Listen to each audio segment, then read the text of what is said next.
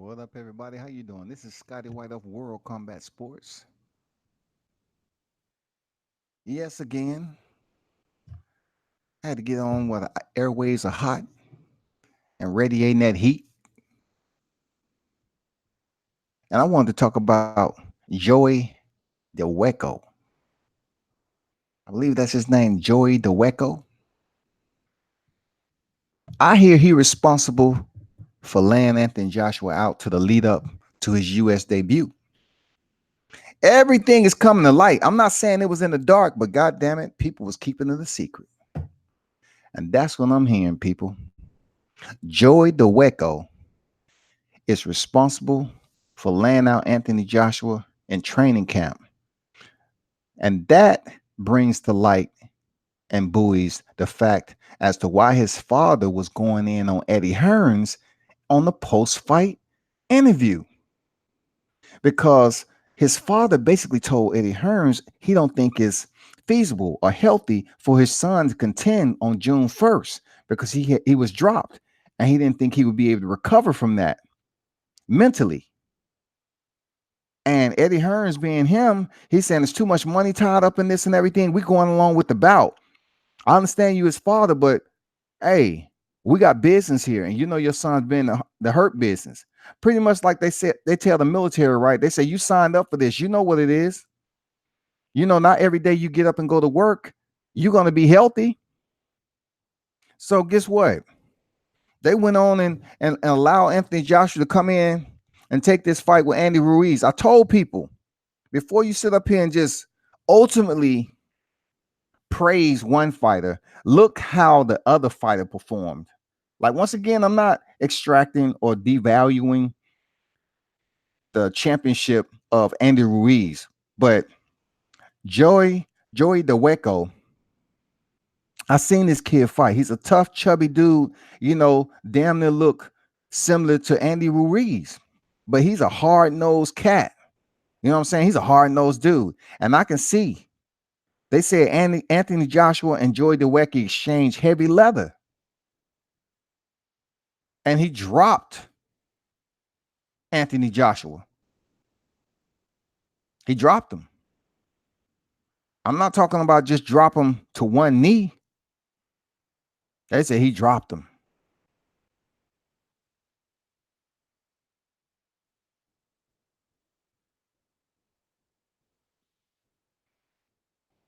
Life Love, how you doing? Salute. Thanks for dropping in.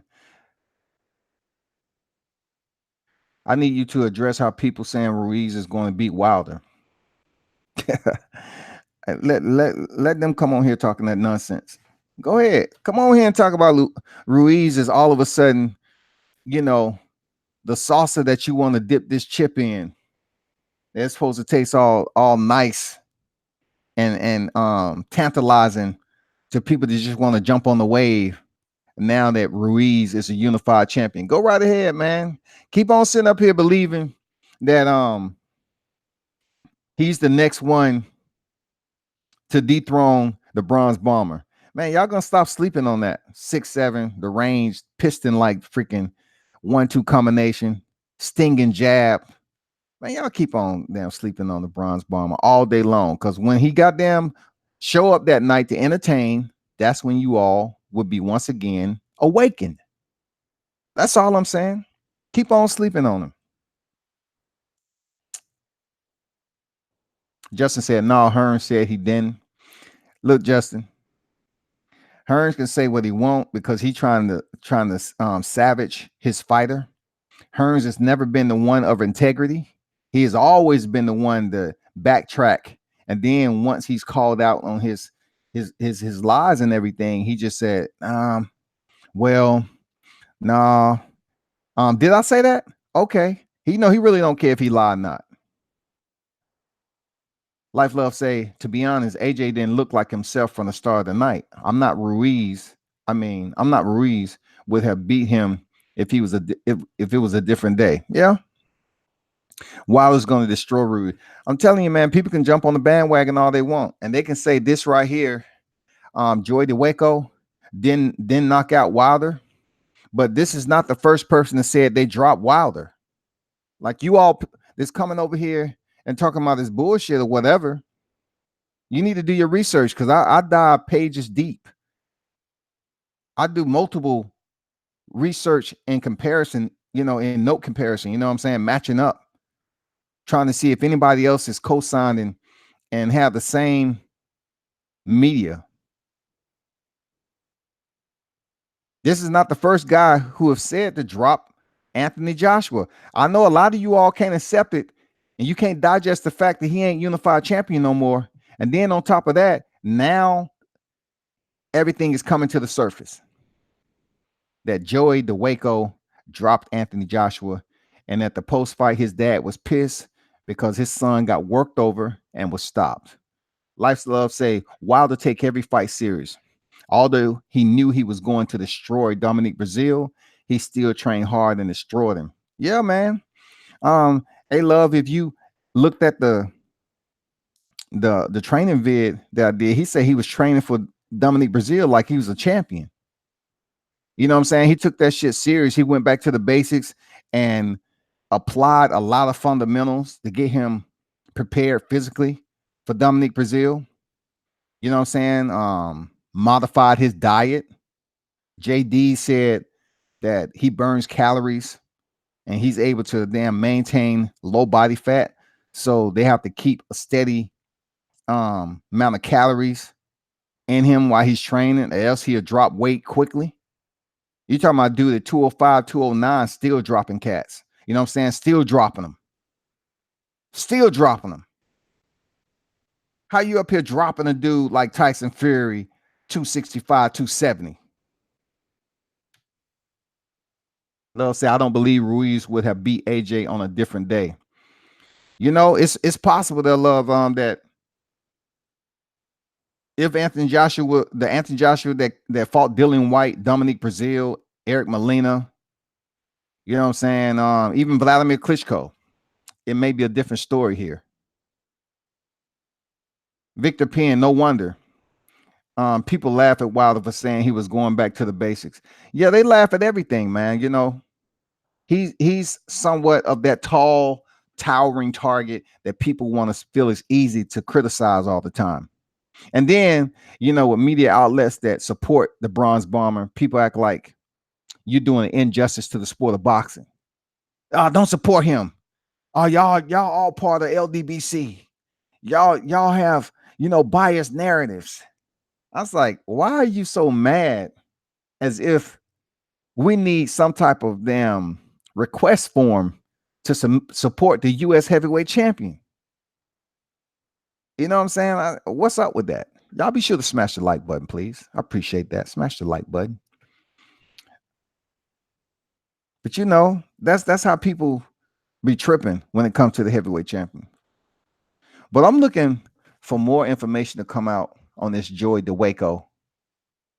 I am, because I really want to see. I've read stories already, but I do understand there's a lot of media outlets that is currently talking about this. So on top of hearing about Joey Dawejko, you're going to have the last remaining Joshua fans who are coming to his aid to freaking rebel him out of isolation and seclusion. They're going to be coming out here with some nonsense, man, trolling. Let me read y'all something right quick. Let me read you something right quick.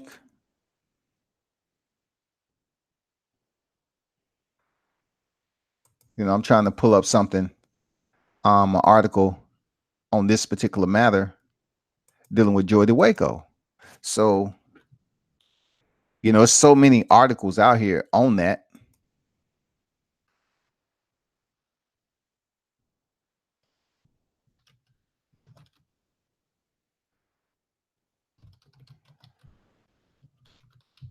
Hey, those of you that's in the building, be sure to smash the like button, man.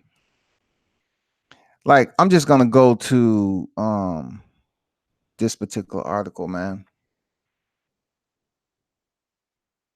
It's reported. I'm just gonna read in quote from Bad Left Hook, right? Reports have been surfacing that Anthony Joshua may have taken some heavy punishment even before he stepped in the ring to face Andy Ruiz Jr. on Saturday night. They're confirming that Joey Dawejko, 19-7, 4 draws, 11 knockouts, who served as a sparring partner for Joshua in Miami, brutally knocked out the champion during sparring session leading into the bout. Some of you probably noticed that Joshua was sporting visible wounds to his face during fight week. Well, that was supposedly courtesy of Dawejko. Some suggest that Joshua getting KO'd in sparring affected him mentally going into the fight. Although Joshua himself didn't admit as much, saying that his training camp was fine, but his father, Robert Joshua, apparently wanted his son pulled from the June 1st card before it took place. Those wishes were obviously not met, and I can only deduce that Eddie Hearn had at least something to do with it. So if the reports are true, it sort of makes sense why Joshua's father immediately went after Hearn once he saw his son get knocked out again, this time by Andy Ruiz under the bright lights. Robert Joshua could be seen confronting Hearn during Ruiz's post-fight interview, with his son forced to intervene. So that right there was an article from Bad Left Hook. Okay. So Life Love, there you go right there. That was the article that you read about how they said AJ dad went after Eddie. Yeah, his dad basically went after Eddie Hearns to confront him because previously he had wanted Eddie Hearns to pull his son from the June 1st fight. And of course, when it comes down to family, father, and the sport of boxing, if you contractually bind it, fighters have been known to fight under adverse conditions before. Fighters have known to go in there injured. Seriously. So I don't believe at no point in time Eddie Hearns actually gave a damn to pull Joshua from the fight. If this is indeed 100% factual and there's validity, you know what I'm saying? So this is the fight game at the end of the day. This is a fight game. And Joshua did have some bruises on his face during fight week. Why he was going all the way hard in fight camp, you know, he is in the heavyweight division. So it's a lot of avenues that could have been taken to get him properly prepared for this fight with Jarrell Miller. Why I say that? Because, you know, according to when it happened, I'm thinking it's after Jarrell Miller popped and they was due to face Andy Ruiz, a high volume puncher, you know, very active, good cardio.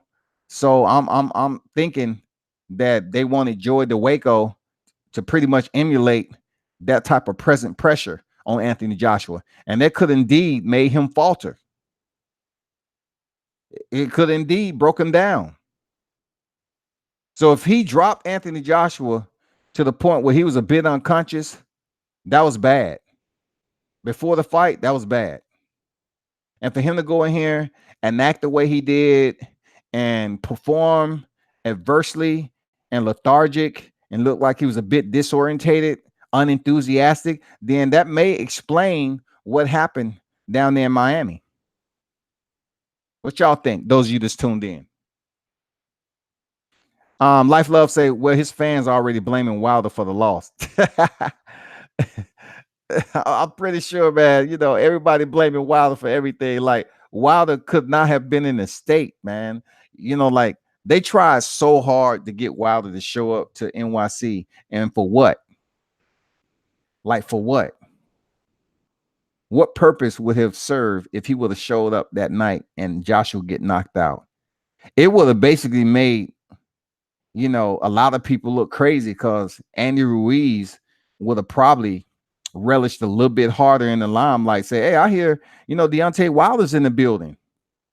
You know, I'm not sure he would have called out the champ, you know, but Ruiz truly, you know, I'm pretty sure he's a hard fighting, grinding, gritty Mexican fighter with 100 fight in his amateur career. But he don't want none of the bronze bomber. He'll light his ass up all night long with that jab. And time he want to close distance, and coming there like he was trying to do Joshua. Well, better yet, it's no way in hell he gonna use the same game plan he did against Joshua with Deontay. Because I'm gonna tell you, some of his shots, it was slapping, but he did connect on Joshua some of the time because Joshua just had his hand up, just like it wasn't even up in the proper way that you would protect yourself. Like I've seen tighter cover guards. I just seen tighter guards than Joshua, and he was getting connected on, you know. So I just say, well, the shots he landed on Joshua dropped immediately. Like, did y'all see that? Like, he hit Joshua on top of the head one time, and it's like wasn't even a time disparity in between. When his glove touched Joshua's head, Joshua went down. Like, that's a problem, y'all. Like, Joshua might have that Amir Khan syndrome. He might not be, fit health-wise to compete in the sport of boxing anymore. And that's serious because pugilistica is real. Pugilistica is absolutely real, and it has a lot to do with neurological deficiency. Johnny said Ruiz did good, but we all know he's going night-night if he faced Wilder. Just how it is, Wilder's a different beast. He is, Johnny. And listen, I don't expect everybody to get on here and be Wilder fans and all that. You speak what you speak, man. Long as it's not trolling. Not everybody's gonna be a genuine, dedicated Wilder fan like myself. But if you support a different heavyweight, that's cool. That's fine. That's what you do. It's all good. But Wilder is a different beast when it comes to, first of all, we know he had power, but also we have to also halo the fact that his ring IQ is underappreciated and underrated. Wilder has underappreciated ring IQ. Oh, I don't know. Life Love. Does AJ take testosterone treatment? I don't know. I have no idea what he takes. Don Dollar says salute. Salute, man. Thanks for dropping in. Salute to you, man. Those of you that's tuned in, can you do me a favor and smash that like button? It doesn't take that much effort. I have 3 likes, man. I know it's a little, look, it's going to come upon a time where it's going to be multiple people tuning in to World Combat Sports. That's why I appreciate y'all coming in. Right now, it's like 6 people watching, whatever. Smash the like button, man. Don't peek through the window and run. Let me hear what you got to say about the topic. Joey Dawejko knocked out Anthony Joshua in prep for U.S. debut. What y'all got to say about that, man? Or do y'all think it's, just a ploy to kind of comfort the results that happened in the ring with Anthony Joshua? I appreciate that, Life Love. Thanks for the dang support. Thanks for the like. Appreciate that. It's going to come down to a point where a lot more is going to come out. It's a reason why Anthony Joshua's dad, Robert, was in Eddie Hearn's face. It was a reason for that. Somebody somehow knows something. And you know what? When have we seen a family member of any fighter jump in the ring and go directly at Eddie Hearn? Who? We haven't seen it, right? But Anthony Joshua's dad, Robert, he comes in there and he's waving his finger in Eddie Hearn's direction. And he's basically, excoriating him about something. And being they probably cut the mics, so it really, couldn't be heard to the masses that was in attendance. But I'm just going to say, if someone's dad is as old as Anthony Joshua is, he's a grown ass man. If his dad came in the ring, he knows something. Why would his dad jump in the ring just because his son got knocked out and stopped? Eddie Hearns ain't got anything to do with that. But if in fact Anthony Joshua was laid out during training camp and his dad pleaded with Eddie Hearns to reschedule that fight day. Eddie said, "No, we making it. It's too much money tied up in here. We're gonna lose out. I'm already behind. I'm struggling at the zone anyway. You trying to get me killed, man? Just let him go in there. He'll be okay. He's a big guy. What they say over in the UK? He's a big boy. He's a big boy. He can handle himself." And Anthony Joshua just didn't look right, like he was ready. Transatlantic Titanic. All right. Watch you say that really happened. That's what several reports are saying.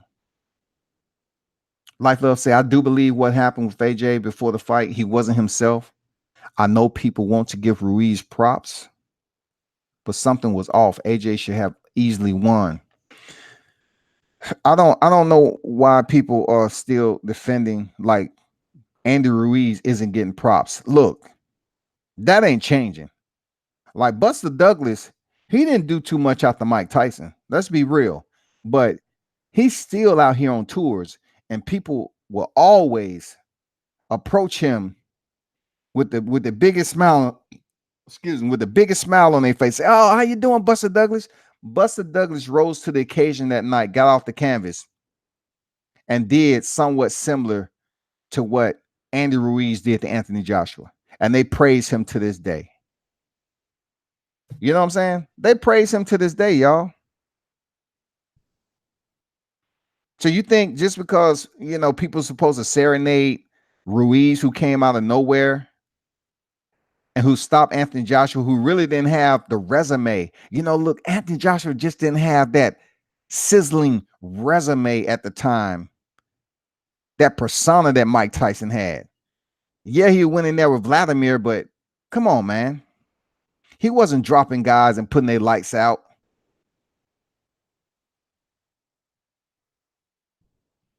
Seriously. When it comes down to it, Andy is getting his props. Salute. Cheers. You did it. This is boxing. People are finicky every day, man. Disloyal. 1 minute you winning, the other minute you losing, they're gone. Watcher say he was not 100% and still dropped Ruiz and still got up. Yeah, that's true, Watcher. That's true. He dropped Andy Ruiz, and Ruiz got up, and he was able to, press the issue, reset,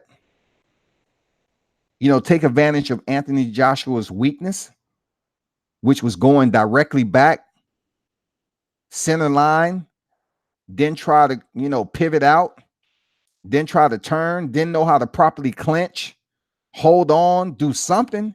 It was just so sporadic with Anthony Joshua. Like he was discombobulated, if I can use that terminology, like very, very out of sorts.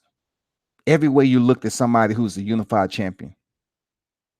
That, to be honest, that's the worst I ever seen him look in his bouts. Like even with Vladimir Klitschko. Dundada said Ruiz will always be the first. Always. Ruiz will always be the first Mexican heavyweight. No matter what happens from here on out, he can stop boxing and gain 300 more pounds. And in Mexico, when he walk in the room, they say, "Hey, man, that's Andy Ruiz. He's the first Mexican heavyweight. Let's go and get his autograph." They're always going to get that dude some love. He's always going to be recognized. They always going to acknowledge him. Even if he don't win another fight after this, just say he defend the belts against Wilder and get knocked out in the first round. Okay? They still going to acknowledge him that he defeated Anthony Joshua on that night. That's real talk. You cannot take that accolade away from him. He earned that. It's boxing. Sometimes a fighter come in and they look better than you ever seen them before. And sometimes you get what it's called. He shocked the world. And Ruiz shocked the world, man. I don't think it was more so a culminating moment to place it over Buster Douglas and Mike Tyson. But I do give them credit for coming close up there in the top 3. You know, because Ali is in there too. Anthony Joshua wasn't this killer for Ruiz to come in there and just stop a killer. You know what I'm saying? It wasn't like it was a back and forth. Like this fight right here wasn't like George Foreman and Michael Moore when George Foreman was 45 years old and went in there against Michael Moore, and he was taking punishment and he was giving it and taking it. He slowly, strategically started breaking Michael Moore down. Then he dropped him. See, that right there, to me, really, I would put that fight over this one. Due to the age of George Foreman and due to the the youthfulness of Michael Moore in a sense. Like George Foreman was 45 years old. The only fighter that superseded that was B-Hop at 46. You know what I'm saying? I mean, that's real. That shit was epic.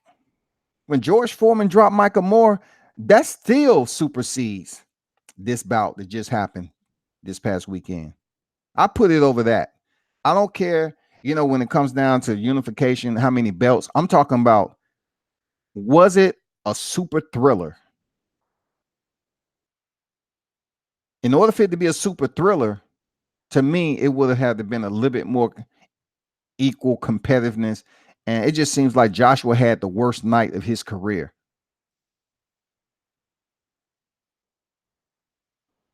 Don Dada said before the fight, will you have Ruiz before the fight? Ruiz wasn't ranked anywhere in my top 15. Like Ruiz, he may have one defeat, but who was Ruiz? He was a well-respected amateur guy who had like 100 amateur fights. Okay. But as far as the talks of the big names in the heavyweight division, man, Andy Ruiz, nobody mentioned his name. Be honest there, Don Dada. Be honest. No one was really talking about Ruiz. Like I can start from like the Derek Chisoras. I can start like the David Hayes or something. Like people know Tony Bellew, being he tried to be a heavyweight. But then from there, you're looking at Dillian White, the Dominique Brazils, the Spilkas, the Molinas. Chris Areola is back on the rise. You know what I'm saying? You got Effie Ajagba, the people looking at him and everything. Who else? You got Andy Konaki. People looking at him, checking him out. They would have, hey, look, please. You put Andy Konaki in there against Andy Ruiz. That'd be a good ass fight because both of them shape the same. And for their physical aesthetics, they throw a lot of punches. But no one was talking about Andy Ruiz. And I'm like, don't come to the channel talking about, oh, y'all need to give Andy his props. Y'all need to give him this. Man, come on. Y'all don't go around talking about I need to give Deontay Wilder his props. Like time another fighter wins a belt. Like Anthony Joshua was on the wave, and I always told y'all that Anthony Joshua's skill set was pretty much suspect to me, in his chin and everything. And it'll be proven when he improved, when he excelled in his tier of competition. And I'm not saying Andy Ruiz was a step up in competition, but I'm saying there's some things that happened while he was prepping for this bout. That's all I'm saying. I just can't sit up here and exalt Andy Ruiz as this new coming. You sign him up, even though both fighters, him and Deontay Wilder, is under the PBC banner. So you sign them up together. Of course, I'm gonna tell you Deontay Wilder is gonna finish this dude. He was dropped by Anthony Joshua, who looked like he was only a shell of himself, like he was like 45, 50%. Like dude couldn't even cover up correctly. He couldn't even return or exchange and demand respect from Andy. Like, get the fuck off me, dude.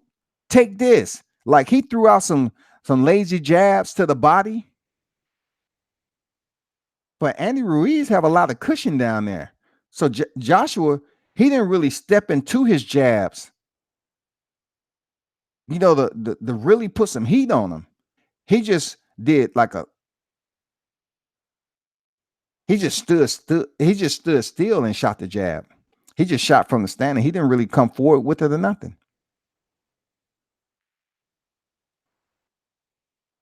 Dundada said Parker. Joseph Parker just signed with his own. So Joseph Parker, he was the one that had the only defeat. You know, that was Ruiz only defeat, Joseph Parker. So when it comes down to, you know, people saying that he was robbed and all this other stuff, you know, either he was there to defeat Joseph Parker or not. You know what I'm saying? Don't say the man was robbed. You should do enough. Like, I heard that Ruiz was training himself and that's all he had.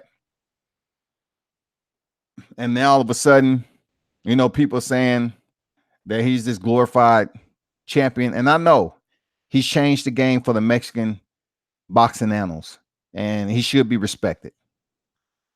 I have no way, you know, nothing to say negative about Ruiz to a point where it's just straight up biasness. I don't. But you're not going to tell me he's one of the top 5 heavyweights right now. It's no way. Even though him being unified champion, come on, man. I can't say the man's top 5 heavyweight just because he went in there and threw a lot of punches to a faltering, very apprehensive Joshua. Life Love say yes. No one was mentioning Ruiz until it was announced he was fighting AJ. That's true, Love. You know what I'm saying? No one was talking about this dude. I'm not gonna get on here and fake the funk. You know what I'm saying? Hey, Dundada, appreciate that, man. Salute to you. Salute to you, man. Thanks. Life Love say that's why I said it's been a different night. Ruiz would have won. AJ looked like Ghost from time he came out the tunnel. Real talk, man. My number 1 is Deontay Wilder.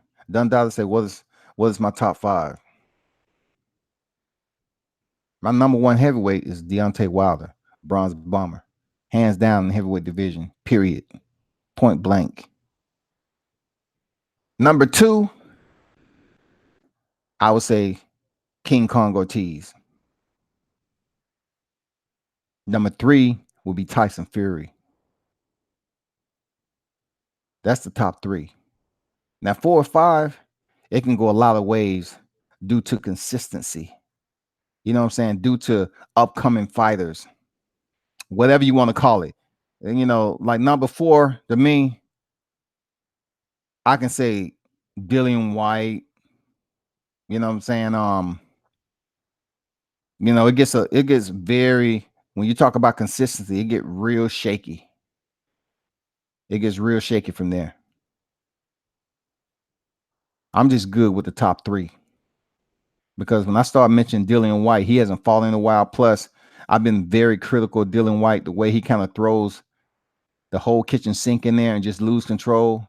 You know, he was able to knock out Derek Chisora because it mirrored his style. You know what I'm saying? It matched up real nice. So when he knocked them out, he didn't really catch him with anything. It's just both of them was just throwing caution to the wind.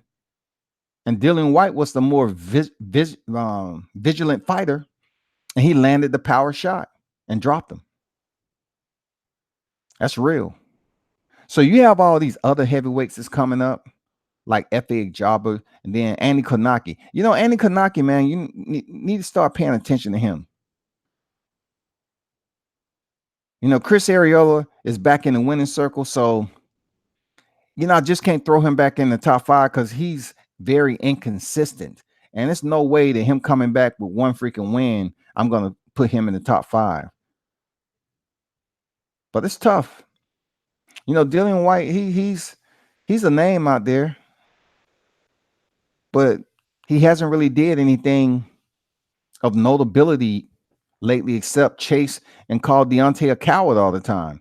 That's Dillian White's calling card right there. That's all he does is keep Deontay's name in his mouth. That's it. He ain't freaking wanting to face King Kong Ortiz. He ain't down really trying to fight Tyson Fury. They came out with a WBC or something eliminator, and he was complaining about that. He was supposed to fight King Kong Ortiz. He said, "Why I gotta fight him? I can't put Dominique Brazil up in the top 5. I'll lose my credibility. Hell no, dude." But let me show you something right quick, y'all. I'm gonna tell you what the box rankings have for the top 5 heavyweights. So when you look at the heavyweight division, of course, the number 1 is Dillian White. Number 2 is Tyson Fury in the sanctioned WBC.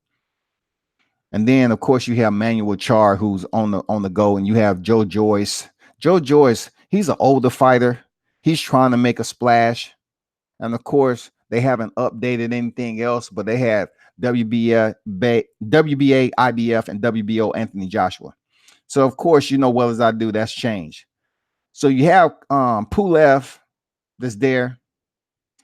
And look, Oleksandr Usyk, who just moved up from cruiserweight, is number 2 in the WBA rankings. Is it just me? Has he fought yet from cruiserweight? The former unified cruiserweight champion, former undisputed. Like, has he even fought yet for him to be tossed at number 2 for the WBA rankings? And then you have Dillian White, who's over at the WBO number 1. But number 2 is Tom Schwartz. Tom Schwartz is due to face Tyson Fury in his next match. Now, besides that right there, Fraser Quindo is very old. Caballero, you know, all these names. Oscar Rivas is due to fight Dillian White. No one really knows them. Look, Tyrone Spong, the kickboxer who barely fights, he's even in the top 10 at the WBO. Andy Ruiz was number 5 in the WBA, but no one knew who the hell he was.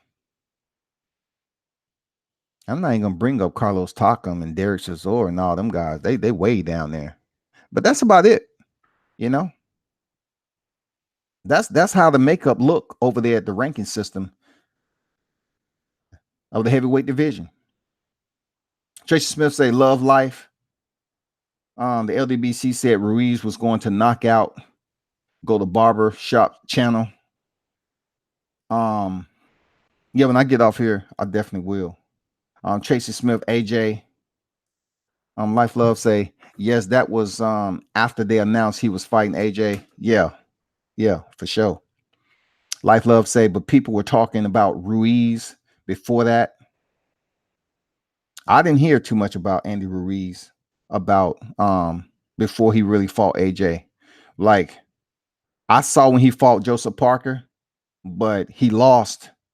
You know, he went to a decision and he lost. Like, they was talking about Andy Kornacki too when he stepped in there against Charles Martin. I know Charles Martin is the same one who took the paycheck and dove in 2 rounds against Anthony Joshua. I know that. But when Andy Kornacki stepped in the ring with him and stopped him in his return, people was talking about Andy Kornacki as being the next best thing. He just didn't get his shot before Andy Ruiz. You know? But you right, life love. You know, people were not talking about Ruiz before that. Ruiz for AJ5, yeah. Oh, you talking about in the ranking system. You still got AJ at number 5, Dundada? I'm not sure, bro. I mean, I know he just lost his titles, but sometimes you have some fighters that drop all the way to the bottom side of the 10, you know, bottom side, the back door of the top 10. It's tough to keep Anthony Joshua in the top 5, but he was a former unified champion, though. You know what I'm saying? So not to be too strict in the in kicking him out. But the way he went out though, Tracy Smith say, "Love life, go to Barbershop Conversation channel." He predicted the fight. Yeah, shout out to Barbershop too, because I see him on the grind all the time, man. Shout out to Barbershop Conversation. Dundada, Trevor Bryant, what's good? Salute. Life love. That's what I said. People were not talking about Ruiz prior to a few weeks ago. You're right. I agree. I agree. At Tracy Smith, I know that. I saw the video when he put it out. We're talking about how no one was talking about Ruiz until the announcement came out. A lot of people was predicting certain things about Ruiz winning the fight. The one thing about prediction, when you're right, you're right. When you're wrong, you're wrong. That's the one thing about predictions, because certain people might know particular boxers better than others. Because if I'm on the outside looking in on a specific fighter, and I really don't have no familiarity, but the other fighter, I've seen them spar, I've seen them training, and I say, you know what, he's gonna go ahead and knock out Anthony Joshua, or he's gonna go ahead and defeat Anthony Joshua. Sometimes you have people that's been on the ground floor in the building, and they have that insight, right? You know, everybody wants to be right on the prediction, but you was right. Being right on Andy Ruiz is not a game changer. Like, cool, he was able to get it done, but he's not this ultimate superstar because he's a unified champion. He has to prove himself. You just can't say he's gonna go out here and knock out everybody now. Dude is not a hard puncher. He's a game opponent. He's a game boxer. He's tough. He's gritty. He is that guy. That's all I can say about him. I don't know why people believe that, you know, a fighter makes history. All the Mexican fighters before him, there's been other Mexican fighters before him in this weight class that wasn't able to get it done. So just the fact that he was able to get it done, kudos to him. But it's been plenty boxers that's became champion. You know what I'm saying? Like, that we can glorify. It's been plenty of champions. But I know everybody's on that wave, man. You know, they saying like, damn, I got to embrace Andy Ruiz. He doesn't look the part. He came out here with a Knicks jersey on, and he looked like the typical basketball fan that come up here and have, you know, 3 or 4 hot dogs in his lap and drinking a damn full-size Coke, a Slurpee. You know, he looked like that dude that can be in a pizza eating contest. People act like it's bad to tell the truth about what you see. He's that dude. I'm not saying he can't fight. Dude is the type of cat that you run up on in the street and make him a damn mistake. Like, he's deceptive looking like that. That's Andy Ruiz. He's the type of dude that'll put them hands on the biggest dude because they thought he was some little fat kid just walking down the street and he was an easy lick before he put them paws on you. Dundada say Parker worked his jab and footwork against Ruiz. He did. You know, one thing I can say about Parker there, Dundada, is that, you know, he knows how to moderate, how you put it.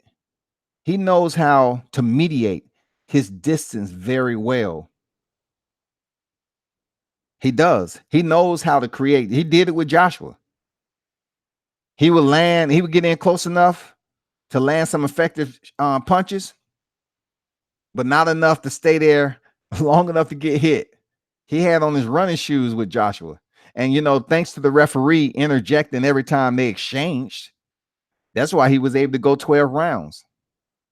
You know, Joseph Parker, you know, he's saying, God damn, like, how does this shit work? Like, okay, first of all, I beat Andy Ruiz, but I lost to Joshua. Damn. Andy Ruiz didn't knock me out, but he knocked Joshua out. It's the dynamic of boxing is just absolutely crazy right now. Like, it's good when it's unpredictable. I like to see that when boxing is unpredictable.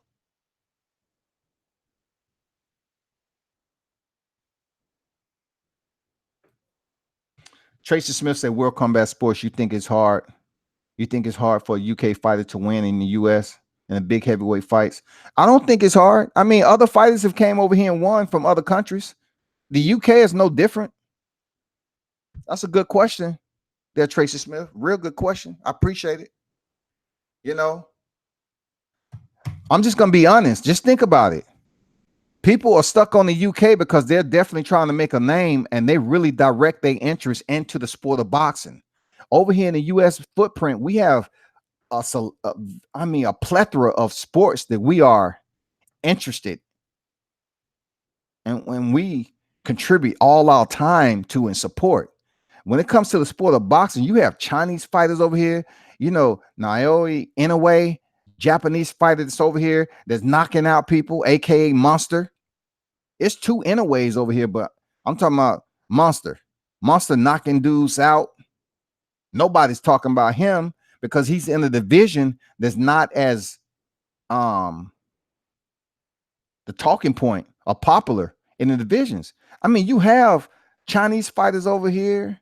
Thai fighters has been in the lighter weight classes for quite some time. Of course, you got the Filipino fighters. So you have fighters from other countries. The UK is no freaking different. They can get a fair shake over here. I mean, if you want to talk about Ricky Hatton, right?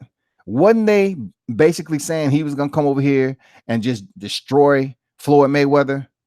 He said Ricky say, Floyd's never met any fighter like me until he got that check left hook and sent Ricky Hatton in the turnbuckle face first.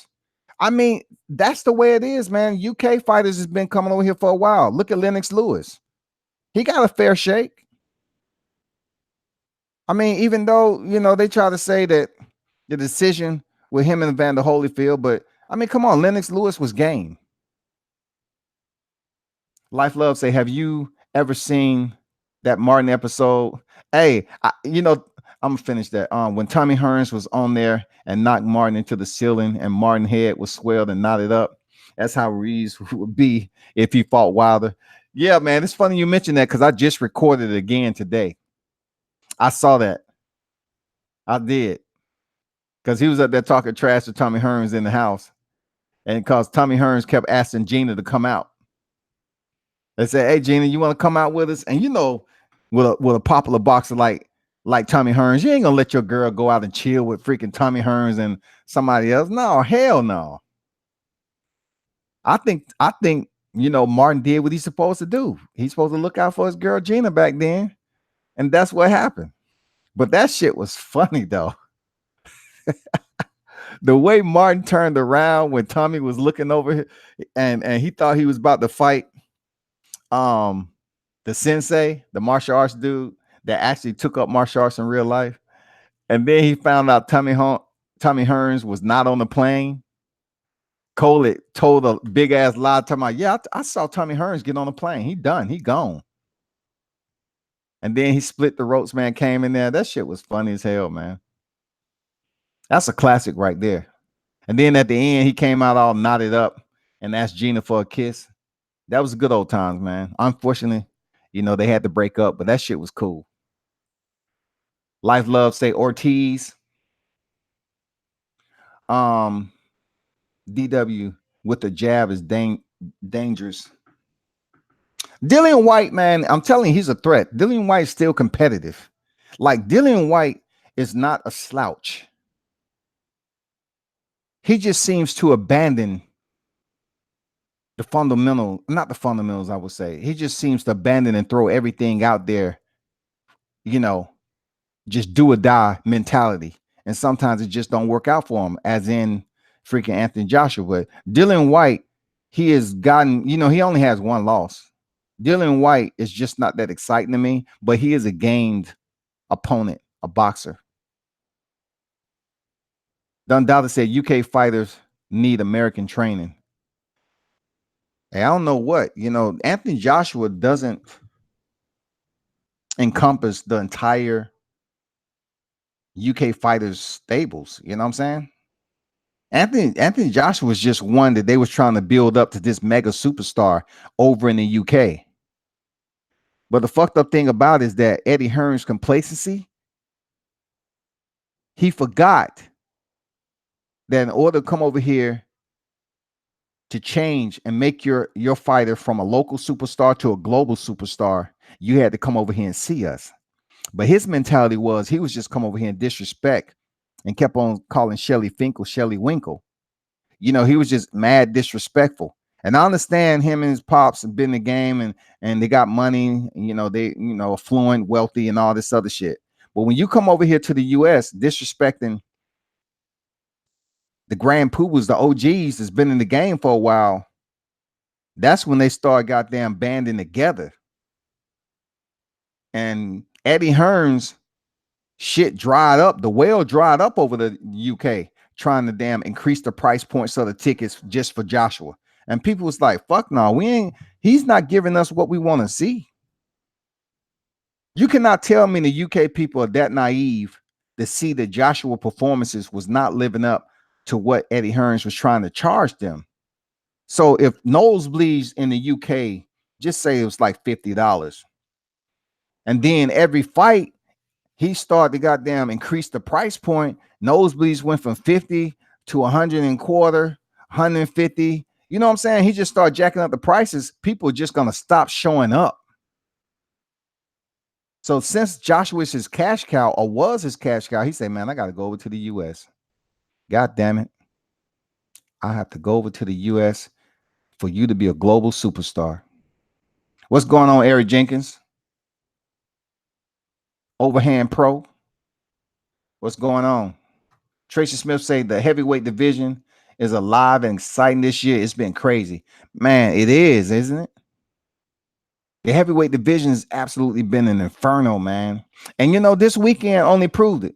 But check this out. You know, Deontay Wilder, when he was there for Dominique Brazil, I'm telling you, I was in the building. The energy was much different. Like, thank God that this sleeper turned into an epic moment, because no one's going to convince me that the energy was the same with Anthony Joshua having just UK presence surrounding him for the media, so he wouldn't have to answer the tough questions. It's no way. Like, Deontay Wilder, there's no way, shape, or form that dude. Like, he talked to people, you know, do bomb squads, interviews, and all that. I mean, he really intermingled with the press. If you saw at the damn last press conference that they had, man, with so many people around the champ talking. Anthony Joshua, he would come out here, snap some photos, and exit stage right. You hear the guy make the warning, say, hey, tell Joshua he has to stay and stop, you know, ignoring the media. That's real. Who's supposed to embrace you when you basically saying you're unapproachable? We have to go through security. That's what him and Hearns did this week leading up to the fight. All they was doing is just putting selected media around Joshua so he wouldn't be stressed out about any questions that he had to answer, the tough questions. Like, they restricted Blue Blood. They didn't allow him to get press credentials. And that man is damn near every fight over there. If you remember, Blue Blood was able to ask the tough questions to Anthony Joshua, and he really felt uncomfortable. So they definitely had Blue on their mind leading up to this fight. And to nod the man his credentials when local media that is consistent and talk this boxing and putting out respectable quality content, and you're going to stop them in one of the biggest fights, the second biggest fight that was over there, you're going to say, nah, he can't have press credentials. But you give him press credentials to Deontay Wilder's. You know, it's crazy, bro. Eric Jenkins say chilling. And the new WBA, WBO, IBF champion, Andy Ruiz. No doubt. No doubt. Salute to him. He did his thing. Bomb squad to this day. For real. You know what I'm saying? Hey, that's what it is, man. I just hope somehow the clouds part, the sun shine down, and Al Heyman is able to make this unification bout. Real talk. I want to see a unification bout. For those of you that's tuned in and you haven't smashed the like button, do me a favor and smash the like button. Come on now. World Combat Sports in the building. Thank you all for your support. Salute to you. Thank you for turning up and tuning in. Be sure to check out worldcombatsports.com. I would appreciate if you read some of the articles that I wrote. I know some people think it's more than one person that's running the show over here, but it's just me. So all of you that's tuning in, the new subscribers, if you haven't subscribed to the channel, please do so. Subscribe to the channel and also hit the bell icon, man, so you can get notifications when I go live. I do, mediate a little bit. I try to kind of get in the time slots with some of these other channels that I be tuned in to also.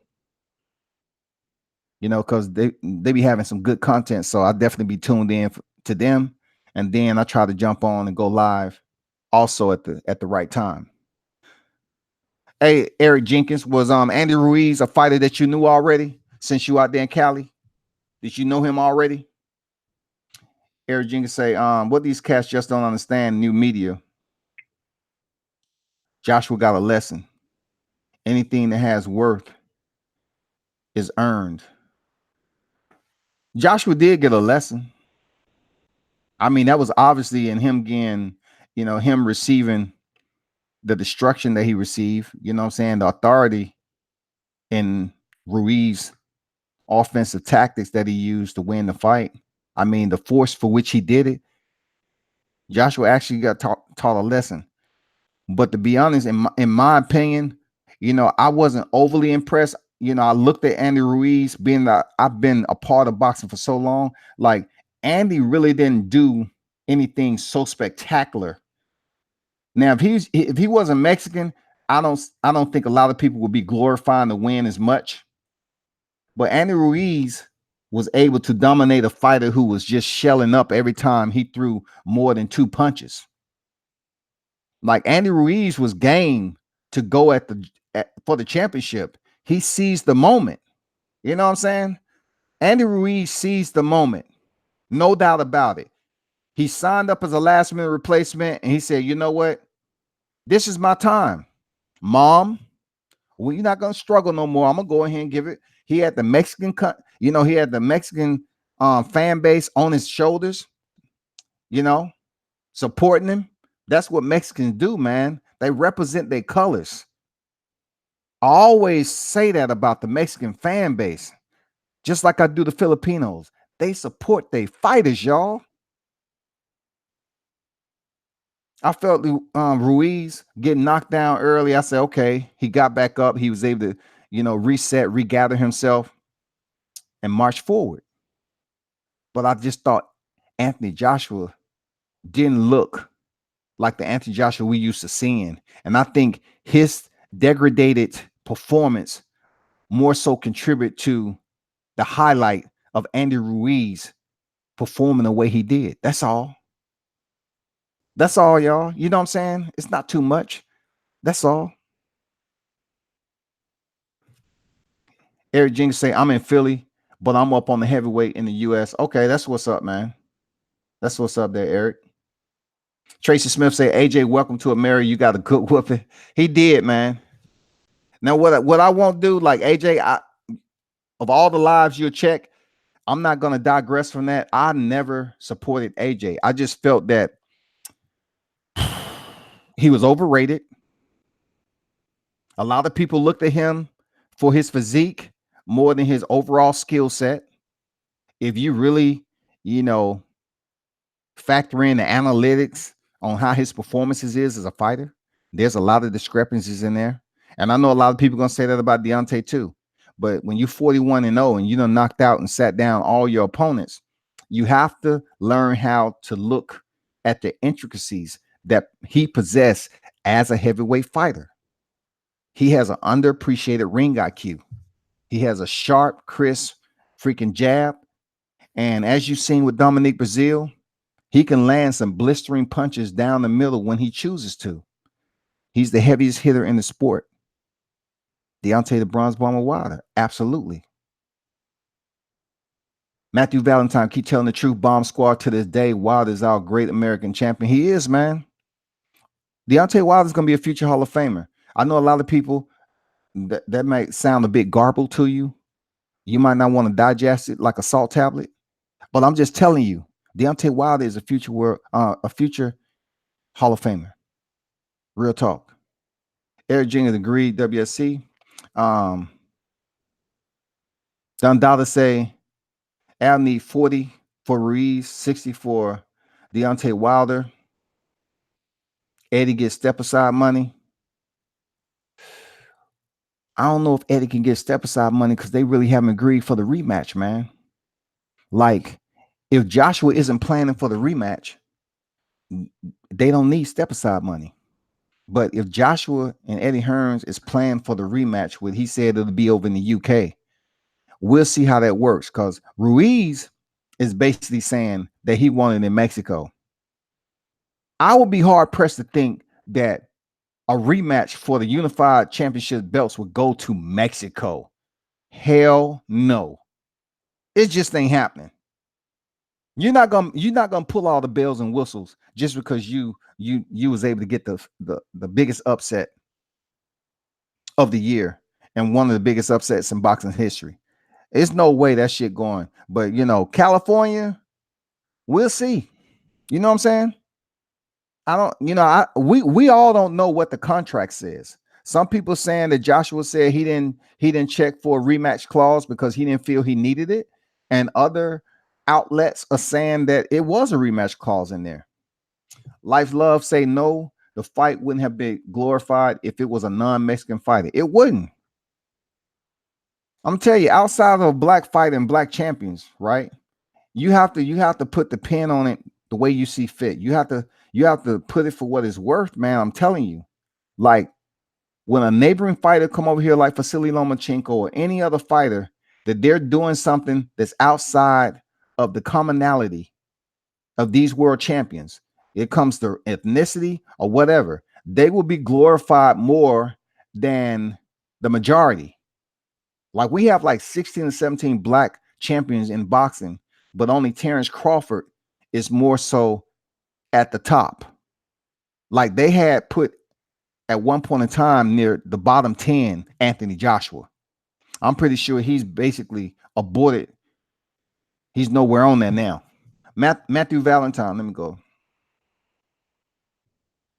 Matthew Valentine say Al must keep all the belts of PBC. Yep. Wilder versus Ruiz next. Don't let the IBF strip Ruiz for mandatory. Man, I hope not. I'm not trying to see them disband these belts, people. I'm not trying to see them disband the belts. We need one face, one name, one champ. That's what we need. Eric Jenkins Ruiz shows spunk, desire, and grit. Andy is really good boxer and how he can get his bag. And now he can get his bag. Yeah, he can get a bag. Like I said, he had desire and motivation to return, to fight through adversity. He seized the moment, everything about it. That's what he did. But as media, I do assess, I don't really try to be ex parte, overly, emphasizing extremely biased to one side. I'm just saying that the variables in the performance, did Andy Ruiz perform unlike we ever seen any heavyweight up against a fighter that we expected to show up like Vladimir Klitschko, you know what I'm saying, Joseph Parker, Dillian White, whatever the case may be? Did we see that fighter last night, or did we see a shell of that fighter? That's all I'm saying. Let me know what you think, man. Did the pros outweigh the cons that night? You know what I'm saying? Was Anthony Joshua just on a whole nother level in a degraded state that caused him to underperform? That's all I'm saying. Life Love say, but proud of Ruiz for winning. Really love how he told his mom they no longer have to struggle. That's real talk, man. People don't understand. Like, even on the grassroots levels, man, these boxers go through a lot.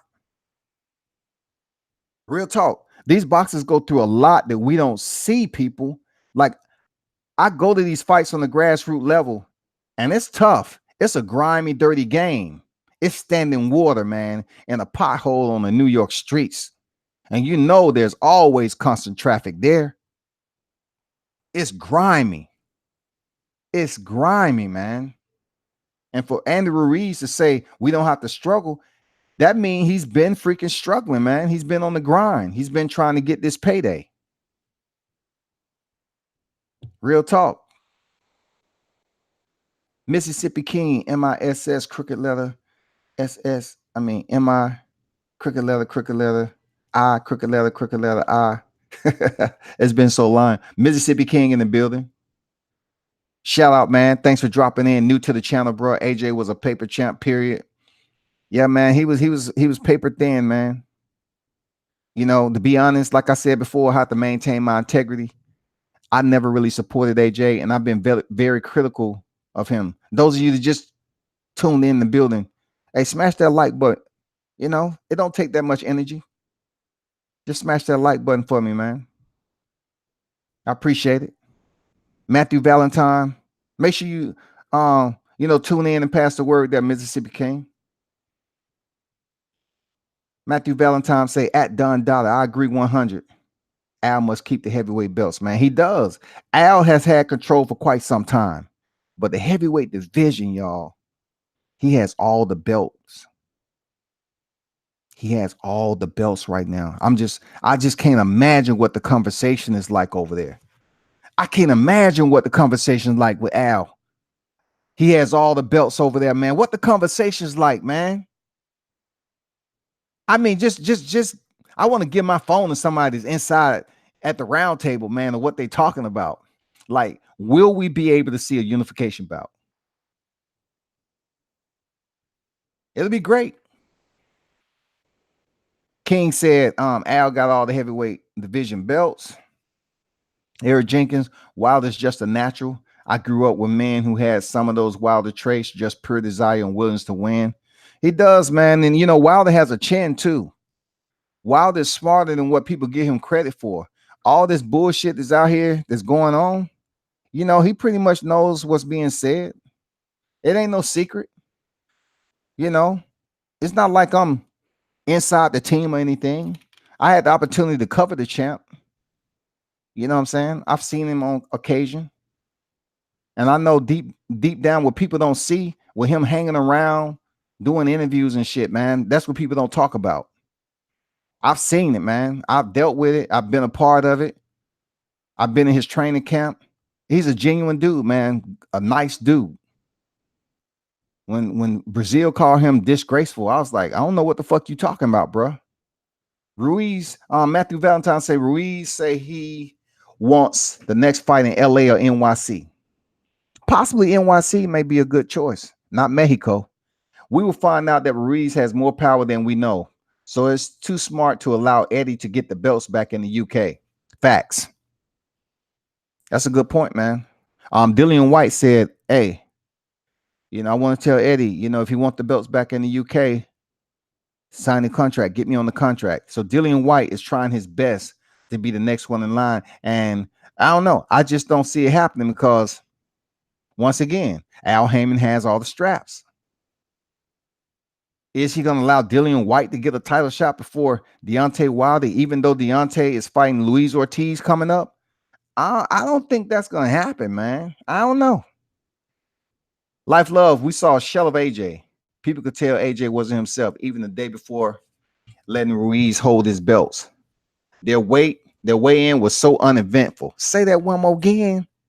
Come on, man. Say that one more again, Life Love.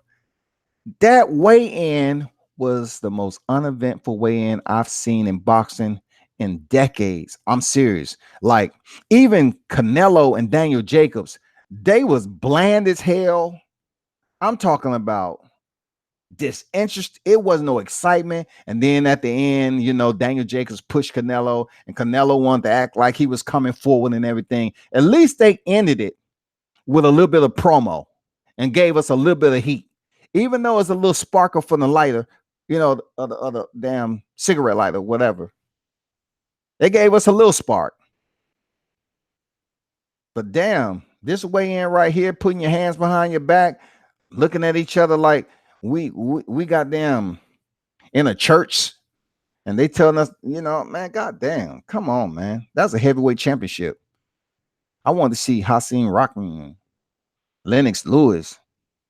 I want to see Riddick Bowe, Larry Donald, Mike Tyson. I want to make it seem like Riddick Bowe when him and Lennox Lewis cross paths. And Lennox saying, hey, I'm coming. I'll knock your ass out there, Riddick. Shit, I'll knock your big ass out, man. Keep on talking that shit. That's what I like about Lennox Lewis, man. He wasn't playing that nonsense, man. Eric Jenkins said, I think Joshua was not in his mental state of a champion or a great boxer. Joshua hasn't gotten better as a boxer. Not really a fan of Joshua, but a fan of boxing. That's true words, underscore. That's true words there, Jenkins, for real. That's how I feel. Like, I mean, to wholeheartedly support fighters, everybody has their own, criteria that draws them in, that gravitates them to these fighters.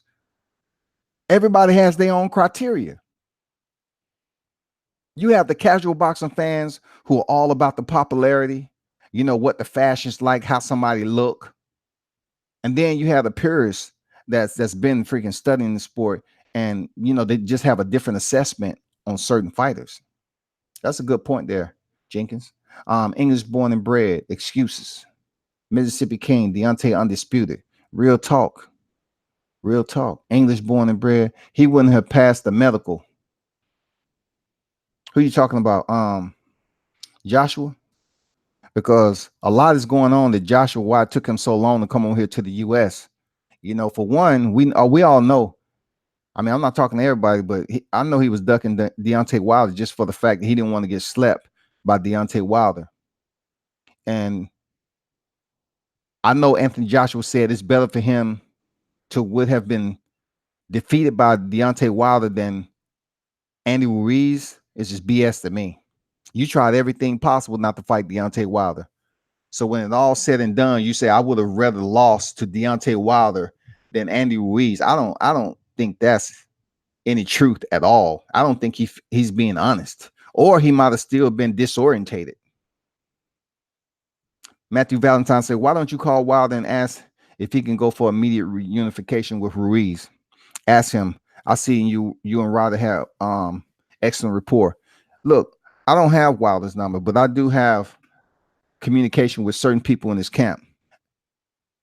I'm not going to sit up here and pretend anything past that. Like I said before, I have communication with a fighter that was on my live, and that's it. I don't communicate with Wilder one-on-one. I haven't built up that rapport yet with Wilder to have an interview like one-on-one via the phone or anything. You know what I'm saying? It's a process. Like, we're talking about fighters here. Like, Wilder has a lot of day one dudes and family around him. So me just coming around and being able to have access, I'm not that type of dude that's going to bloviate the process. You know what I'm saying? I ain't going to do it. I'm not going to do it. Like, I know, and I've been around some people in his camp when I was in NYC, and I had the opportunity, to get at a certain spot so I can get some media footage. But besides that, it ain't nothing else I can talk about. It's not there. But you can guarantee when, he allowed me and grant me an access interview on the phone or what have you, it'll be on and popping, man. I'll definitely be posting it on YouTube for real.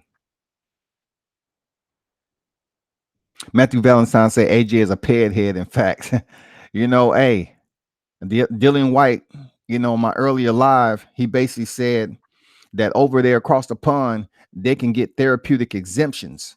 And that's probably the why it took, that was the reason why AJ, it took him so long to transfer over here to make this fight, because he had to make sure his body get clean. Vada, he didn't want to come down as a drug cheat, because that would have been a fall from grace. You know what I'm saying? So he had to make sure his body was clean. He had to get everything right. And I always told people how stacked, how ripped he was, but he didn't have cardio. It wasn't natural. Like, he wasn't eating steaks. Like, you can build your muscles hold weight. You can build up muscles, but if you're not outside doing cardio If your body ain't used to carrying all that mass, you're gonna feel like you winded. Like AJ has no bags. His bags have pinholes in them. For real. He has stage 4 asthma in both lungs. Something. Dude was gassed on the first round, y'all. Dundada, you did a great job covering Deontay Wilder and camp and fight. Appreciate that, Dundada. Appreciate that, man. Man, it was a pleasure. I had fun. You know, it was a long day. I had to drive back from Tuscaloosa, Alabama, like in the early AM, but I wasn't complaining, goddamn it. I was just happy they allowed me into the camp. I got to see the champ up close, you know, land some of them combinations that was stinging. I can tell you something for being on the ring apron, y'all. I won't be getting in there. I can make that sealed and delivered. I won't ever jump in there and say, well, you know, I just got to see for myself how hard you truly hit, champ. No, I'll stay behind the camera, work the shutter, take the stills, do the interview, and make sure I can walk to my goddamn car. Because I'll be damn, I go to Tuscaloosa and then forget how the hell I got there because I decided to go in there and put some headgear on. That ain't happening. Matthew Valentine say, no. He said these fights Wilder has signed may be in pause. So may work it so Ruiz Wilder get one. Then they go for the undisputed. Yeah. I mean, look, Ruiz just came off a pretty decent fight. He, you know, he went like 7 rounds, Danny. So he didn't take an extensive amount of punishment. He's still good. Wilder and Wilder and Ortiz supposed to fight in September. So they're not in fight camp yet. So it can work out. We can have an end of the year undisputed if by chance Al Heyman make that happen. That would be outstanding. We can go for a unification bout in 2019 out of nowhere. But we'll see, man. Valentine say this is the fastest route for undisputed and for Al and PBC to keep all the belts. Bob and Eddie would be vying for the belts. Yeah. Jenkins said WCS agreed Wilder is better fighter than these casuals, and these old media credits him. Wilder can rumble. He got tools. To me, he hasn't showed them. You know, his last camp, he said he was going back to the basics, man. You know, to just do certain things because, you know, JD say he's gotten away with certain aspects to his skill set without even really tuning them. You know, so they just felt it was time for him to tune it up a little bit. You know, just call it proper planning prevents piss poor performance. So they might have been putting the 5 P's into effect. You know what I'm saying? As he excelled now, you know, it's not like he hasn't been at the highest tier for over 4 years. The man has been reigning champion for over 4 years. He has 9 title defenses. It's no way he goes into the fight with Andy Ruiz as the B side. I don't give a damn how many belts.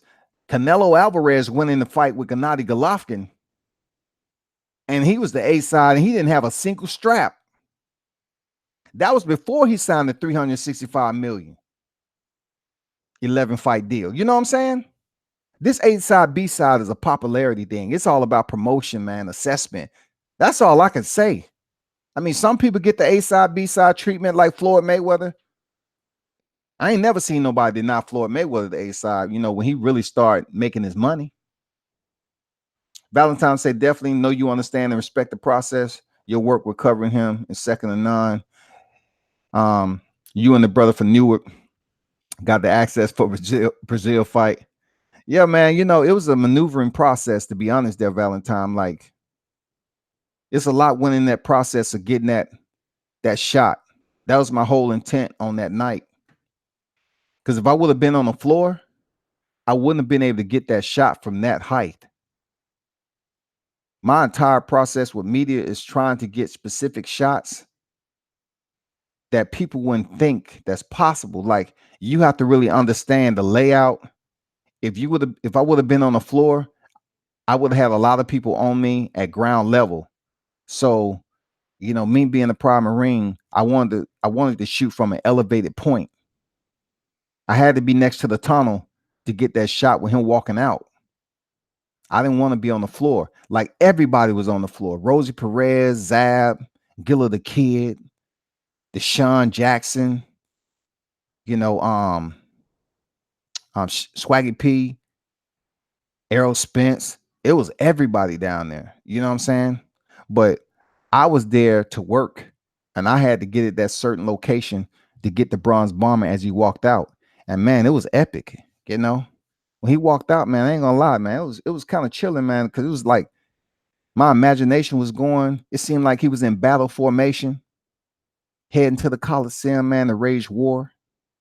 It was cool, man. That outfit he had on was fire. He had a gold crown with a gold mask. That shit was fire, man. Valentine say, bro, you are funny as heck. Appreciate it. Got to, put the humor in there. Jenkins, WCS smart. Don't take the heavy from Wilder.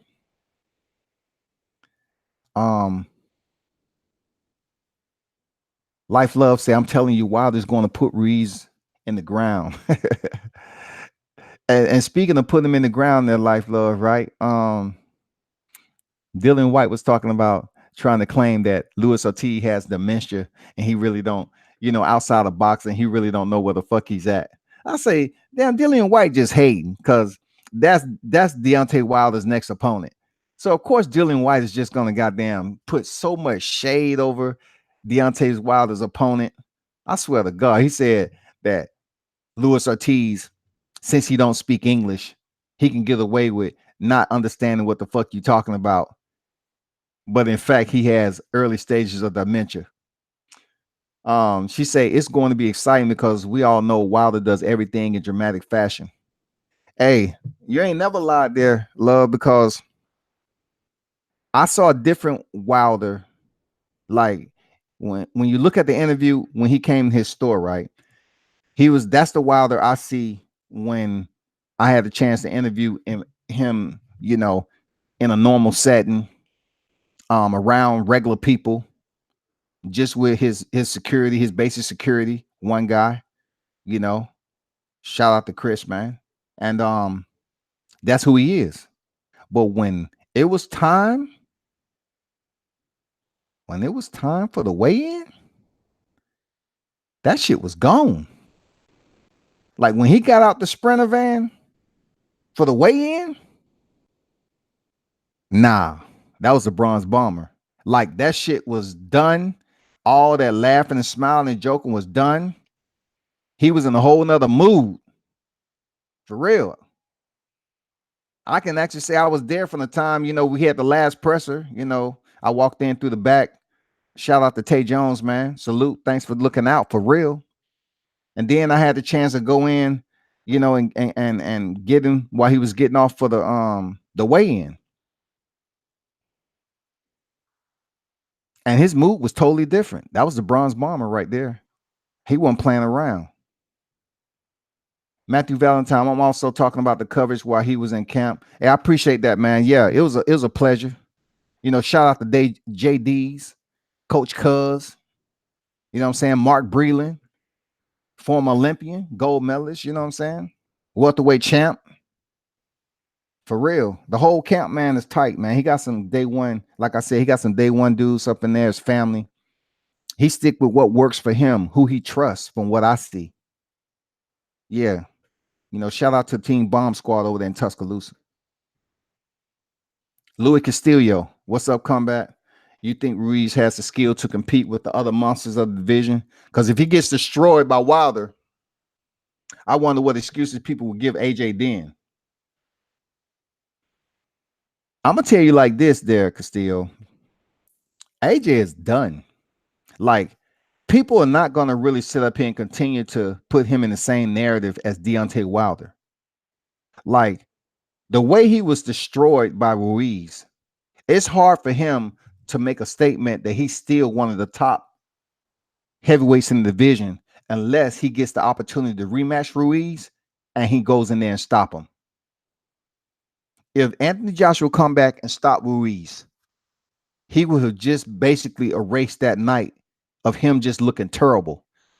That's real talk.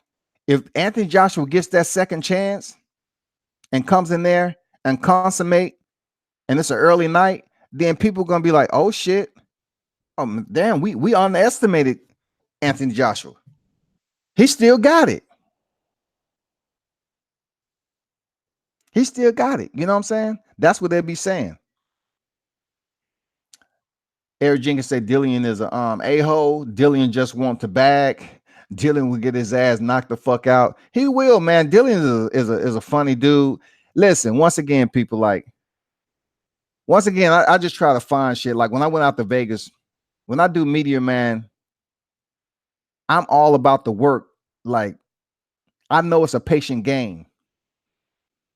And a lot of the structure that I have, hurry up and wait, comes from doing, 20 years in the military and shit, right? So when I was in Vegas, man, I told y'all this on the live. I'm walking past a restaurant in the MGM, and I see this dude with his arms crossed, with his head like just resting on, just like you just chilling after a good meal. I said, "Shit, that's Dillian White," and he had cut off his mohawk too. I said, "That's Dillian White, man." So I go in this restaurant, right? It's dim lit. I'm walking. They say, "Sir, you got to." I said, "No, I'm media. I'm going. I got a meeting over here." So I'm going because with media, sometimes you got to be, strong arm. You got to be forceful and aggressive and assertive, man, to get the drop. So I walk up on Dillian White, man. I'm telling y'all, real talk. Go to my lives. My story ain't changing. I pull up on Dillian White. He had a table of heavy hitters. You got Espinoza at the table. Man, you got a whole bunch of people that's a part of that promotion sitting in a dim lit area having a business meeting, what it seemed. I said, okay. So I had my phone out and I thought about taking a picture, but I would have had to put the flash on. And I think if I would have put the flash on, that would have ruined the whole entire moment what I was trying to get with Dillian White. So come to find out it was Dillian White. So I said, "Hey, how you doing, Dillian?" So the whole table's looking at me like, "God damn, I can't believe this guy, walked up here." I say, how you doing? Scotty White, World Combat Sports. He said, "Hey, how you doing?" I say, "Can I talk to you for a second? Can you get a picture?" He said, "Sure, sure." So he got up. I was like, "Shit, Dillian ain't a small dude." And he was nice as shit. And he basically said he was over there because he wanted to, be a global superstar. Like he was trying to weigh his options. You know what I'm saying? Like, this is a guy I was extremely critical of, and really still is, but he's a nice guy that day. You know, he was a nice guy that day. But it was crazy how I just happened to peek through the blinds and I saw Dillian White with his arm. I said, "That's gotta be Dillian. What the fuck he doing over here in MGM?" So when I pull up at the table, man, look, that picture would have went viral if I could have taken that picture with my phone. But they would have shut me down. They would have said, "Hey, bro, you take that picture, you ain't gonna never do media. We having a big time meeting over here for what it was worth." So yeah, man, that was my encounter with Dillian White, and he was over here. I really thought he was leaving Eddie Hearns. He said he was trying to be a global superstar, but he I guess he was just talking smoke, man, because he's still over there with Eddie Hearns. He's still over there. Life Love say now Dillian might be maybe right about Ortiz and the early dimension. His lips are crooked, and we know constant blows to the head can lead to brain degenerative diseases. Yeah, Ortiz. I respect Ortiz so much, man, because he's somebody who absquatulated from Cuba twice for his family. You know what I'm saying? Like, man, you got to get that man mad respect for him leaving Cuba, escaping Cuba, coming here trying to find a better life for his family and his daughter. That's why Deontay Wilder show him so much love, because he's that dude. Now, as far as his medical condition goes, I mean, hey, I'm not a doctor. I can't give him any prognosis. He might have took some serious, you know what I'm saying? He might have some shit going on underlining. I don't know. Valentine's Day, that was epic. I know you had some juice when you were in the cut when he pulled up for the weigh-in. You all up in all access documenting. Yeah, I was up in there, man. I was up in there for real. And you ain't gonna see too many lives of me being braggadocious about it. Because to me, man, I'm just all about the work. Like, I've seen some of the kickboxing stars over there in Japan when glory was in effect. I'm not goo-goo-eyed about fighters. I just, at this point in time in my life, I'm trying to cover some greatness in the sport. And with boxers, they really have to know who you are. And during the time that I've been actually doing media, I've had the opportunity to cover some pretty good people so far. But I'm still, not where I want to be. So I just keep on grinding. But you're right, man. All access got me in there a couple of times. You know what I'm saying? And I was thankful for that. They got me in Deontay's store, at the weigh-ins, stuff like that. Actually, I think I got one with Teofimo Lopez too when I was rolling covering him in NYC when he fought in Madison Square Garden. Shout out to Teofimo Lopez, man, the takeover. I had a chance to do a walkout. If you see my video on here, I got one that I actually walked out with Teofimo Lopez at the Ford Center in Texas. I be trying to grind, y'all. I be trying, man. You know what I'm saying? Hopefully y'all support, man, and donate to World Combat Sports. I appreciate it, man. Thanks for the love. Eric Jenkins said WCS Real Rap Wilder has a great team around him. He does, man. He does. Wilder has a good team around him, man. He's a good person. Real talk. He's doing things his way. I always say that I'm glad to see Wilder not being tied down and shackled because he's obligated, like, the Don King back in the day, the Mike Tyson. Like, he goes in the ring knowing he's getting fucked over. I'm glad he's not in that position of being restricted. He doesn't have those transparent bracelets that's tying him down contractually. You know what I'm saying? Because still you say they had like upsets like this happen all the time. So we should respect Ruiz, when in reality, upsets that big almost never happen in boxing. Upsets like this isn't in recession, y'all, for real. I'm not even gonna fake the funk. Upsets like this don't happen all the time. They don't. They don't happen all the time. I know a lot of fans are not understanding that Ruiz is Mexican. He has a huge fan base. So you're going to have a lot of Mexicans understanding who he was, why he was coming up through the amateurs, what he's become, and what he just accomplished. There's a lot of Mexican fans. This goddamn shit Ruiz did, man. They probably having the biggest fiesta in Mexico. I wish I was there to get some of that authentic food. Drink some authentic margaritas, man. If you ain't never had the drinks over in Mexico, that shit is delicious. Had the authentic Mexican food, that shit is delicious. That's why the Mexicans, some of them be looking the way they do, because the food is goddamn delicious, man. Could still say, cause the top guys are always professional, are always scared to fight each other, so they fight scrubs and always win. Cause still, I agree with that. The best don't fight the best no more. It's all about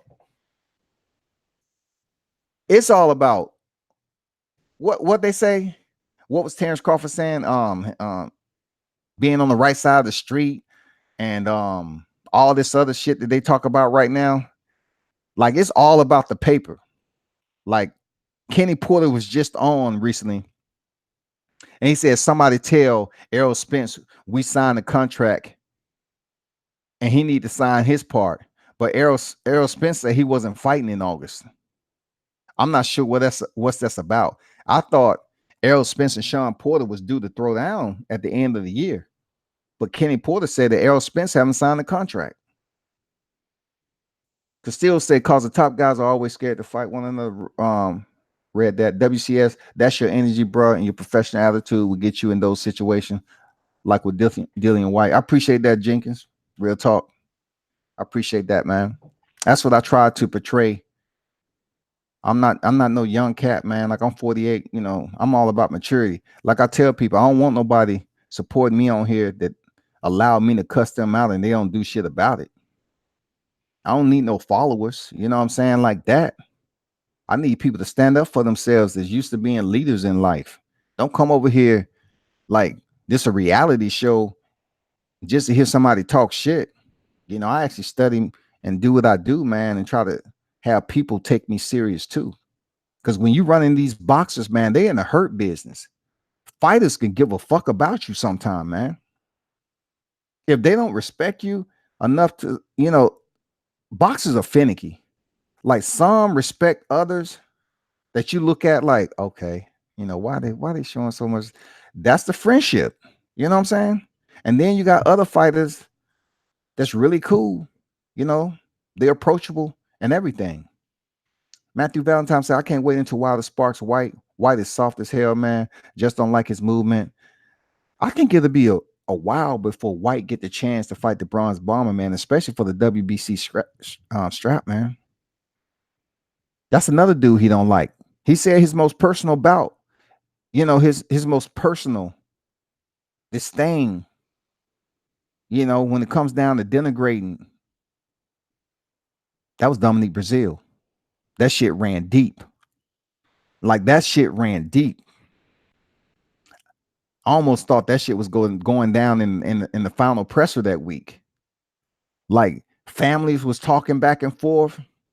Wilder actually said, shut up, you a side chick, bitch. Shit, it was going down, man. Like shit.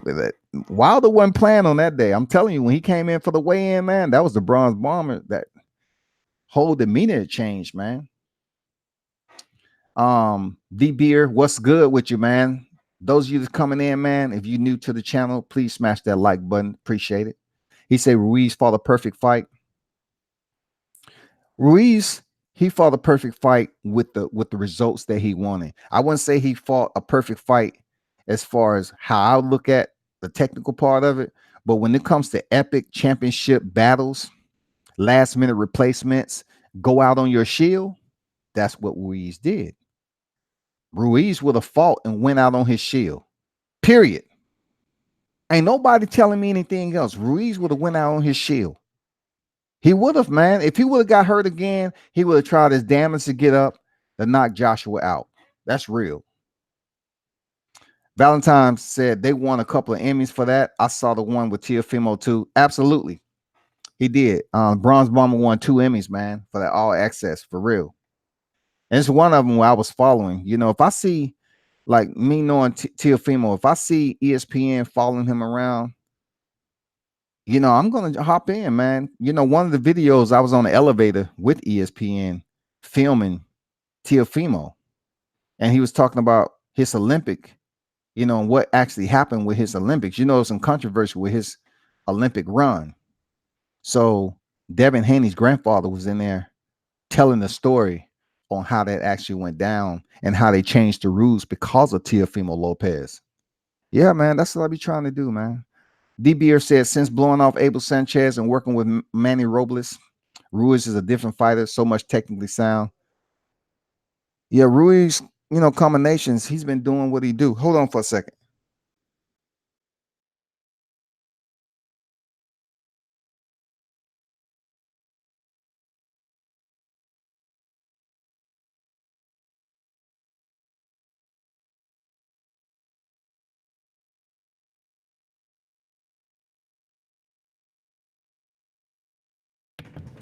All right, I'm back.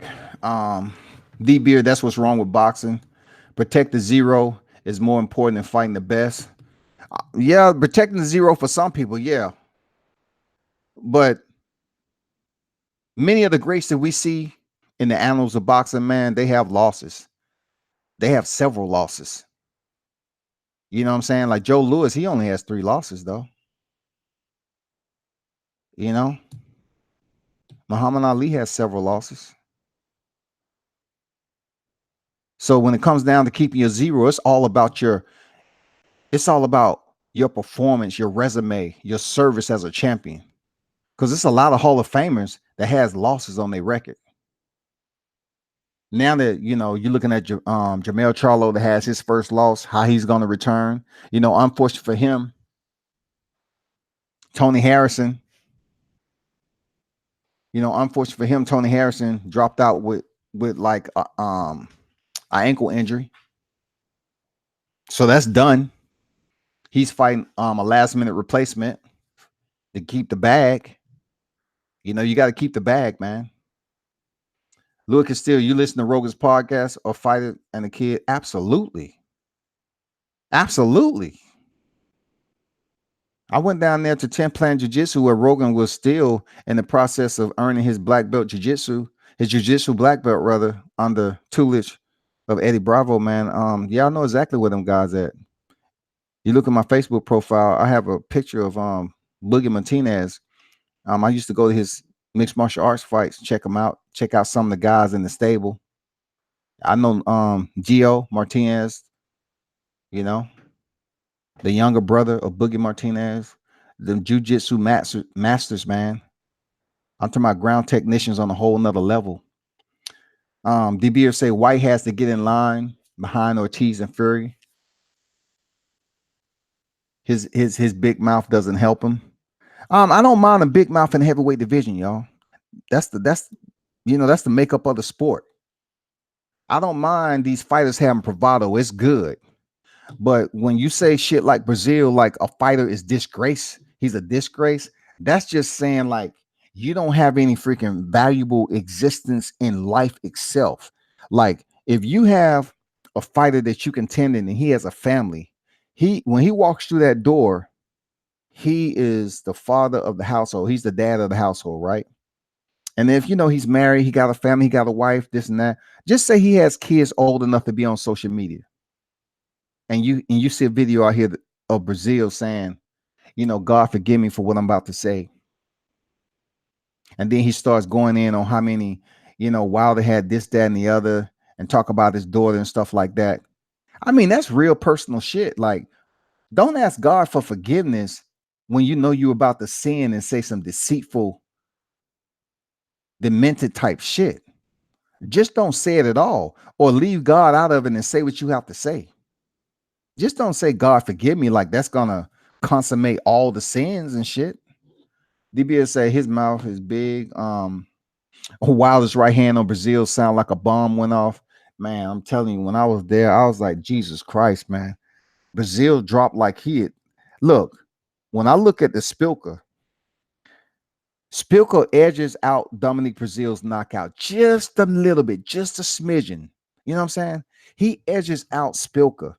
The only reason I give Spilka just a little bit edge over Dominic Brazil, because Wilder was closing the pocket, closing the distance on Dominic Brazil when he popped him. He threw a touch jab out there and then he cracked him with the straight right. Okay. But Spilka was coming in to Deontay Wilder. He was coming to clear and present danger when Deontay closed him out. And he was on a stretcher. That's why that knockout is the number one. He put Arthur Spilka on a stretcher. People in there in attendance thought he was freaking in heaven. He had died. His soul was gone. For real. When Deontay Wilder hit Dominic Brazil in the Barclays, I was like, God damn. He done. And he got up somehow. And I'm glad the referee stopped the man, because it would have ended Dominic's career if the referee would have said, okay, fight. Deontay would have destroyed that dude, man. He would have changed his life in the worst way. Tone Bangers, what's good with your salute, bro? Thanks for dropping in, man. Y'all smash that like button for me. Appreciate it, man. Thanks for the support. World Combat Sports. Tone Bangers say, y'all trying to tell me AJ got dropped in sparring by Arn Anderson's son? Man, what you know about Arn Anderson, man, of the Four Horsemen? Dog, that's what I do, man. I follow wrestling. I'm telling you, man. Lex Luger, Tully Blanchard, Arn. I'm telling you, man. I can tell you in verbatim the Four Horsemen, bro. DBS say protecting zero is what wrong with boxing. That's why we don't see the best fight the best. The twice my point. I asked Joey Dawejko, about camp with AJ, and he said no comment. You damn right, man. Because that's code. That's sparring code, y'all. Joey Dawejko want that money. He's a professional fighter. You know what I'm saying? But still, you want them to call you in and get that work so you can get that bag if you don't have a fight. That man got to survive. So if Joey Dawejko drop Anthony Joshua, he gonna keep his motherfucking mouth shut because they want him to call him up for another training session, man, and get that bag. No matter what the ticket is, he's working. He's feeding his family. So now what he's saying, he want to prove that he's not the guy with 7 losses. He's a very quality heavyweight.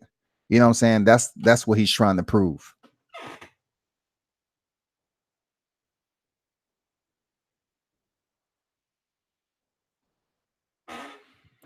Eric Jinx, I heard some great trainers say a loss is a lesson, and how you regroup and get better is the truest test.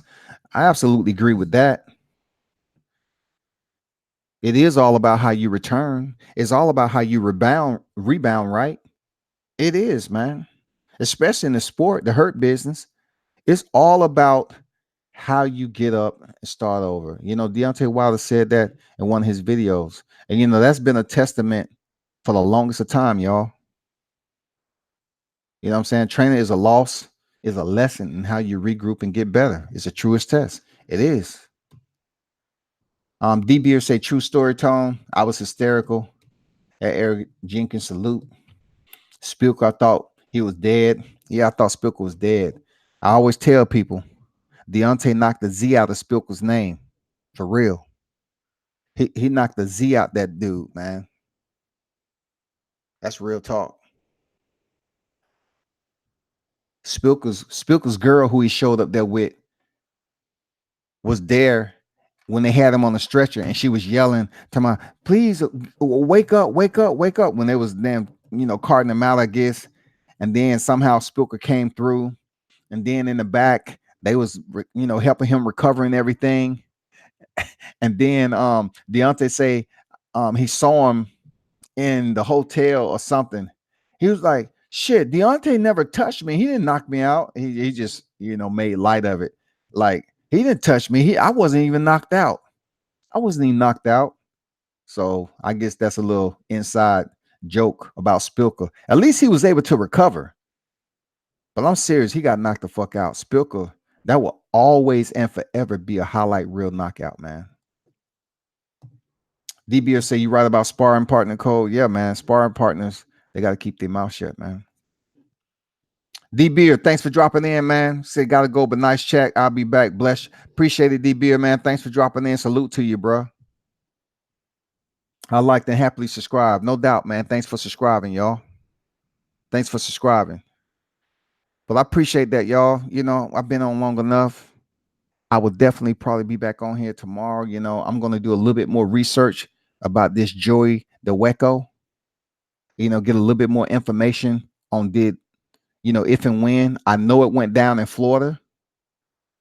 I got, you know, I want to get some more information, try to, you know, reach out to some people, see if I can get a little bit more info on that. But, you know, sparring codes, man, they kind of keep that shit in the gym,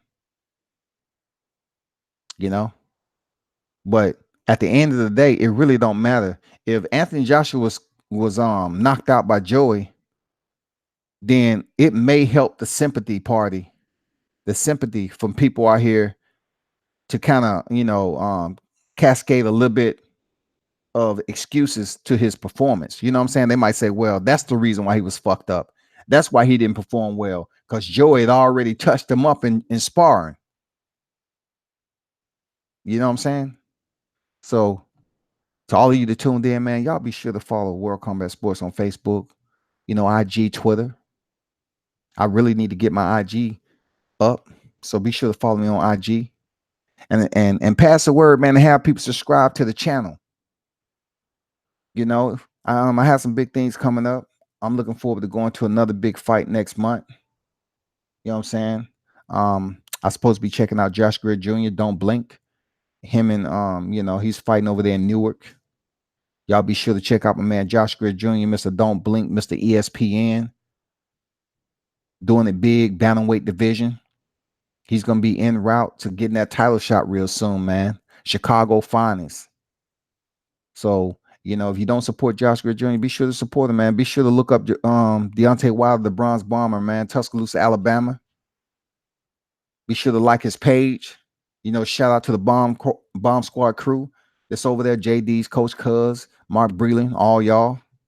Shout out to World Breaker Fighting, Blue Blood, 78 Sports, Smoke City Mobcast, man. All the LDBC. Keep talking that shit, man. Until next time, be sure to turn up and tune in.